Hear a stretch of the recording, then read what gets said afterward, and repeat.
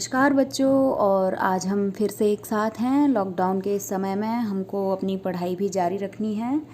Lockdown चलता रहेगा लेकिन पढ़ाई नहीं रुकनी चाहिए, वो भी चलती रहनी चाहिए। तो आज हम अपनी क्षितिज जो पुस्तक है उसके दूसरे अध्याय गद्य का दूसरा पाठ लखनवी अंदाज पढ़ने जा रहे हैं बच्चों। और जैसा कि पाठ का नाम आप देख रहे हैं, लखनवी अंदाज। अंदाज यानी किसी का जो है जीवन में व्यवहार करने का जो तरीका है उसको अंदाज़ कहा जाता है। और लखनऊ इस मामले में बहुत फेमस है, बहुत प्रसिद्ध है लखनऊ, क्योंकि लखनऊ के जो लोग हैं उनमें काफ़ी नज़ाकत होती है, एक दूसरे का काफ़ी अदब करते हैं वो। मैं आपको एक वाक़या भी बताती हूँ जो बहुत प्रसिद्ध है लोगों के बीच। जैसे एक बार दो नवाबों को यात्रा कर रहे थे और जाना था। जैसे ही ट्रेन जो है प्लेटफॉर्म पर रुकी तो दोनों ही नवाबों को ट्रेन में जाना था, उसमें चढ़ना था, लेकिन दोनों ही एक दूसरे का अदब करते हुए कह रहे थे पहले आप, दूसरे नवाब कह रहे पहले आप, एक दूसरे से पहले आप के चक्कर में इतनी नज़ाकत दिखाई, इतना अदब दिखाया कि ट्रेन तो निकल गई और दोनों ही नवाब जो हैं वो खड़े रह गए। तो ये है लखनऊ वाले लोगों का अंदाज़ और जिसके लिए जाना जाता है। और मैं आपको बता दूं, जो आपका ये पाठ है इसके जो लेखक हैं वो हैं हमारे यशपाल जी।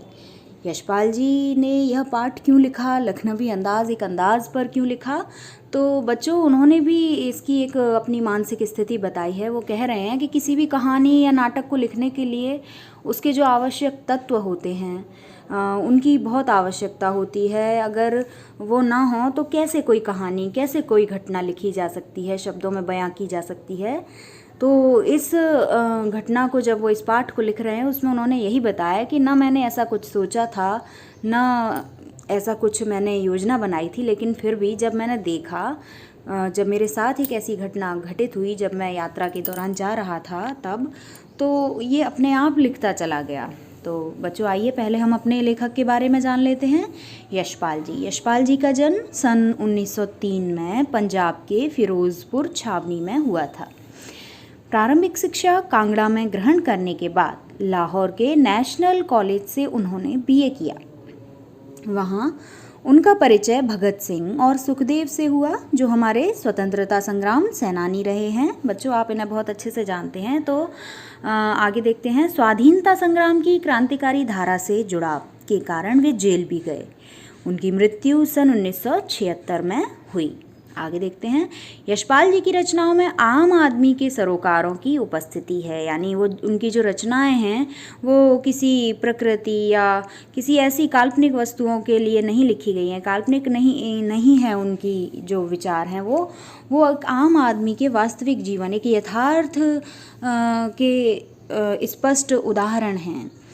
वे यथार्थवादी शैली के विशिष्ट रचनाकार हैं। यथार्थवादी शैली बच्चों जो आंखों से देखी गई हो, समाज में घटनाएं जो घट रही हैं, जो सत्य हैं, वह होती है सामाजिक विषमता, राजनीतिक पाखंड और रूढ़ियों के खिलाफ उनकी रचनाएं मुखर हैं। उनकी रचनाओं में आप देखेंगे कि राजनीतिक जो अत्याचार हैं, जो आडंबर हैं, जो पुरानी रीति रिवाज, रूढ़ियाँ ऐसी जो समाज के लिए घातक हैं, वो उनका विरोध करते हुए अपनी रचनाएं लिखते हैं। उनकी कहानी संग्रह में उनकी प्रमुख कहानियाँ जो हैं वो हैं ज्ञानदान, तर्क का तूफान, पिंजरे की उड़ान, हुआ दुलिया, फूलों का कुर्ता आदि। उनका बच्चों एक उपन्यास भी है जो बहुत प्रसिद्ध रहा है, जिसका नाम है झूठा सच। यह जो उपन्यास है इसको मार्मिक दस्तावेज कहा जाता है विभाजन की त्रासदी का। भारत विभाजन की जो त्रासदी हुई उसका मार्मिक दस्तावेज अगर कोई आपसे कहे कौन सा है, तो बच्चों वो है यशपाल का उपन्यास झूठा सच। आगे देखते हैं। अमिता, दिव्या, पार्टी कामरेड, दादा कामरेड, मेरी तेरी उसकी बात और उनके अन्य ये उपन्यास भी हैं। भाषा की स्वाभाविकता और सजीवता उनकी रचनागत विशेषता है। जब भी आप उनकी कोई रचना पढ़ेंगे तो आपको ऐसा लगेगा कि वो घटना आपके समक्ष जीवंत हो चुकी है। बड़ी ही सरल, सहज और स्वाभाविक भाषा शैली का इस्तेमाल करते हैं यशपाल जी। आइए देखते हैं पाठ का परिचय। यशपाल जी ने ये जो पाठ लिखा है वो किस लिए लिखा है, क्या है इस पाठ में आखिर ऐसा जिसको लखनवी अंदाज नाम दिया गया। बच्चों मैं आपको बता दूं, ये जो पाठ है ये व्यंग्यात्मक रचना है यशपाल जी की। जो नवाबों की नवाबी है, उनका जो अंदाज़ है, उनका जो अदब है, उसके लिए एक कटाक्ष करते हुए एक तीखा व्यंग है ये रचना। कैसे है? यूँ तो यशपाल ने लखनवी अंदाज व्यंग यह साबित करने के लिए लिखा था कि बिना कथ्य के कहानी नहीं लिखी जा सकती। यानी जब तक हमने कोई योजना न बनाई हो, जब तक हमारे पास कहानी के जो तत्व हैं वो ना हों, तब तक कोई कहानी कैसे लिखी जा सकती है? जब तक उसका देश काल, वातावरण, उसके पात्र, संवाद, उसके भाषा शैली, उसकी कथोपकथन, ये सारी ही चीज़ें ना हों, अच्छे पात्र ना हों, अच्छा संवाद ना हो, तो कोई कहानी या कोई रचना कैसे की जा सकती है? लेकिन इस पाठ में वो बता रहे हैं, परंतु एक स्वतंत्र रचना के रूप में इस रचना को पढ़ा जा सकता है। ये जो उन्होंने लखनवी अंदाज लिखा है, इसे हम देखते हैं कि इसमें आप देखेंगे ये पहले से न समझी गई है, न सोची गई है, न इसकी कोई योजना तैयार की गई है। ये तो बस एक यात्रा के दौरान जो उन्होंने देखा वह लिख दिया।